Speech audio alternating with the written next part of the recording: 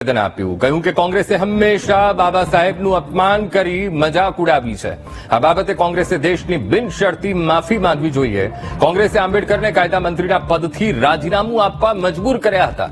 કોંગ્રેસે આંબેડકરને ભારત રત્ન પણ ના આપ્યો અને મોદી સરકારે લંડનમાં બાબા સાહેબનું સ્મૃતિ સ્મારક બનાવ્યું।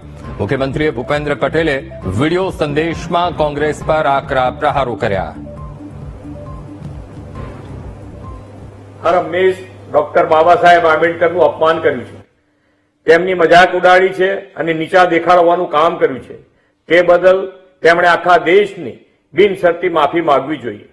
કોંગ્રેસ પાર્ટી દેશભરમાં ભારતીય જનતા પાર્ટી વિરુદ્ધ પ્રેસ કોન્ફરન્સનું નાટક કરી રહી છે।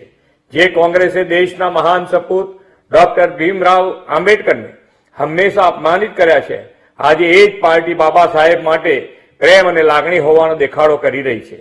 જે કોંગ્રેસે બાબા સાહેબ આંબેડકરને 1952માં લોકસભાની ચૂંટણી અને 1954માં પેટા ચૂંટણીમાં હરાવ્યા, જે કોંગ્રેસે બાબા સાહેબને દેશના કાયદા મંત્રી પદથી રાજીનામું આપવા માટે મજબૂર કર્યા, કોંગ્રેસ પક્ષે જે મહાન સપૂતને ભારત રત્ન પણ નથી આપ્યો, આ પાર્ટીએ બાબા સાહેબનું એક સ્મારક પણ નથી બનવા દીધું।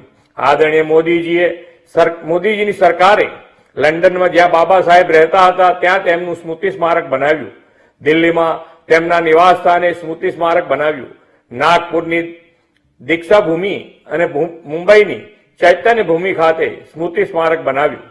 કોંગ્રેસે બાબા સાહેબના સ્મૃતિ સ્મારક માટે કોઈ પગલાં લીધા નથી, માત્ર અને માત્ર અડચણો ઊભી કરી છે।